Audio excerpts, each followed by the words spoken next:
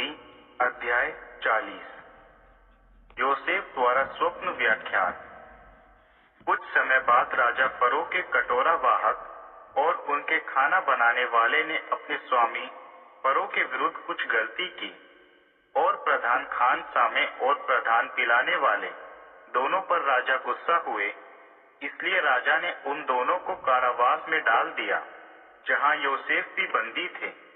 अंगरक्षकों के प्रधान ने योसेफ के हाथ उन दोनों को सौंप दिया।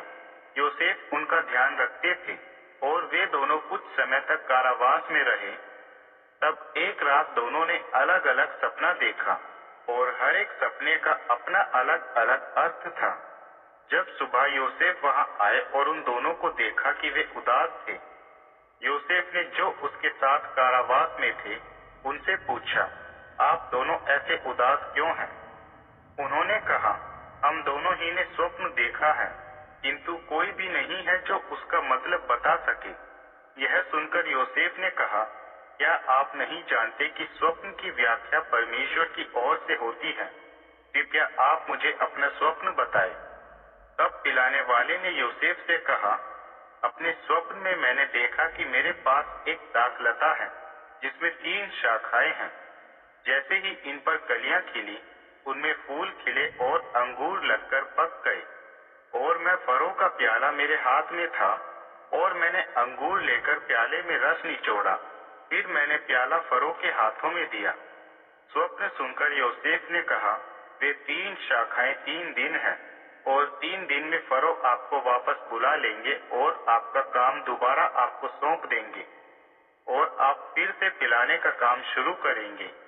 योसेफ ने उनसे कहा, जब आप फरो राजा के पास जाएंगे तब मुझे मत भूलना, लेकिन राजा को मेरे बारे में बताना और मुझे कारावास से बाहर निकलवाना। मुझे अपने घर इब्रियों के देश से जबरदस्ती से लाया गया था और यहाँ पर भी मैंने ऐसा कोई अपराध नहीं किया है जिसके लिए मुझे इस काल कोठरी में डाला गया। फिर खाना बनाने वाले ने देखा कि दूसरे नौकर के स्वप्न की व्याख्या उनके पक्ष में थी। तब उसने योसेफ से कहा, मैंने भी एक स्वप्न देखा है।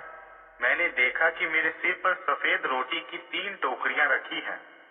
सबसे ऊपर की टोकरी में फरो के लिए तैयार किए गए सभी प्रकार के व्यंजन थे। टोकरी सिर पर रखी हुई थी, पक्षी उसमें से खाते जा रहे थे।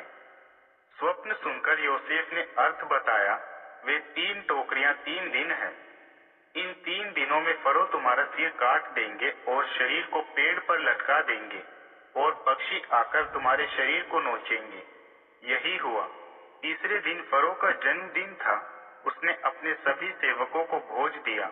उस दिन पिलाने वाले और पकाने वाले दोनों को कारावास से बाहर लाया गया। पिलाने वाले को फिर से उसकी जवाबदारी दे दी गई।